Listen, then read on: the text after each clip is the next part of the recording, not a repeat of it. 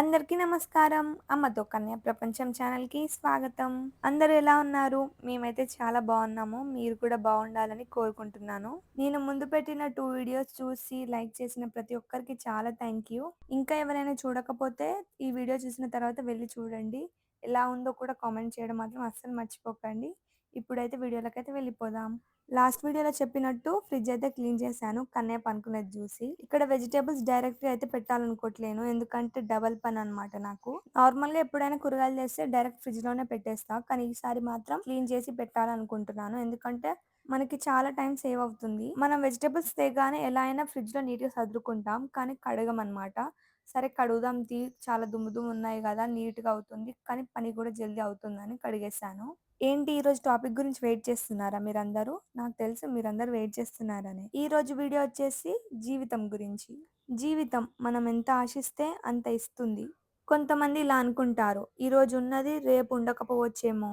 ఎంత ఉందో అంతలోనే ఎంజాయ్ చేద్దాం అని. అలా ఆలోచించడం తప్పు కాదు. కానీ సమస్య ఎక్కడొస్తుందో తెలుసా మీకు? మన భవిష్యత్తుపై ఆశలు పెట్టుకోవడం మానేసినప్పుడు. ఎప్పుడూ నాకు ఇంతకంటే ఎక్కువ రావు అని అనుకునే మనసుకు జీవితం కూడా చిన్నదిగానే కనిపిస్తుంది. కానీ జీవితాన్ని పెద్దగా కలలు కనే వాళ్ళని చూడండి. వాళ్ళు కేవలం ఒక్క రోజు కోసం బ్రతకరు. రేపటి రోజుని నిర్ణయించడానికి బ్రతుకుతారు. ఎందుకో తెలుసా? జీవితం ఒక అద్దం లాంటిది. నువ్వు నీ గురించి ఎలా ఆలోచిస్తావో అదే నీకు చూపిస్తుంది. అందుకే మనం ఎప్పుడు నేను ఇంతకంటే ఎక్కువగా సాధించగలను అని అనుకోవాలి. అప్పుడే జీవితం నీకు కొత్త దారులను చూపిస్తుంది. నా జీవితానికి ఇంకా మంచి రోజులొస్తాయని ఎదురుచూసే కళ్ళకి కొత్త అవకాశాలు కూడా కనిపిస్తాయి. మనమందరం ఒకటే గుర్తుంచుకోవాలి. చిన్న ఆశలతో ఆలోచించే మనసు చిన్న సంతోషాల దగ్గరే ఆగిపోతుంది. పెద్దగా కలలు కనే మనసు మాత్రం తన జీవితాన్ని గొప్పగా మార్చే వరకు ఆగదు.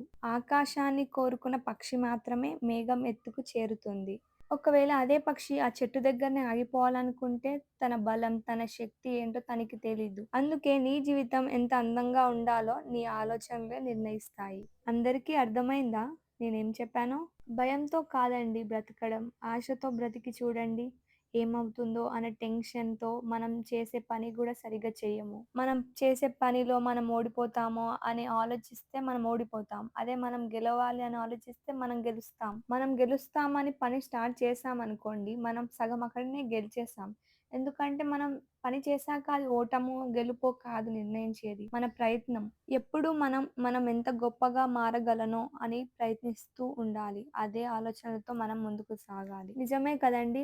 జీవితం ఎంత ఆశిస్తే అంత ఇస్తుంది కదా! మనం చిన్ని చిన్ని కలలతో జీవిస్తూ ఉంటే, ఆ చిన్ని కలల్లోనే ఉంటాము. కానీ అదే పెద్ద కలలతో మనం ధైర్యంతో ముందుకు సాగితే మన జీవితం గూడా పెద్దదిగా మారుతుంది. ఇదండి ఈరోజు టాపిక్. మీకెలా అనిపించిందో కామెంట్ బాక్స్‌లో కామెంట్ చేయండి. నాకు తెలిసినది, నేను తెలుసుకున్నది మీ అందరితో షేర్ చేశాను. ఈ వీడియో మీకు తెలిసిన వాళ్ళకి కానీ, మీ కుటుంబ సభ్యులకు కానీ షేర్ చేయండి. వాళ్ళకి చాలా ఉపయోగపడుతుంది. ఈ వీడియో చూసినంత మాత్రాన్నే మీ జీవితం మారకపోవచ్చు. కానీ ఈ వీడియో చూస్తున్నప్పుడు గానీ, చూసిన తరువాతనైనా మీ ఆలోచన మారుతుంది కదా! అదే చాలు. నా ఛానల్‌ని ఇంకెవరైనా సబ్స్క్రైబ్ చేయకపోతే ఇప్పుడే వెళ్లి సబ్స్క్రైబ్ చేయండి. ఈ వీడియో నచ్చితే లైక్ చేయడం మాత్రం అస్సలు మర్చిపోకండి. అలానే మరిన్ని మంచి వీడియోలతో మీ ముందుకైతే వస్తాను. అంతవరకు మళ్ళీ కలుద్దాం.